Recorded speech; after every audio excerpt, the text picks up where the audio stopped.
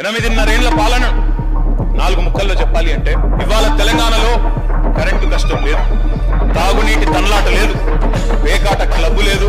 కుటుంబ గబ్బు లేదు, ఇంటి పర్మిషన్ కు ఇబ్బంది లేదు, ఉగ్రవాదుల ఊసు లేదు,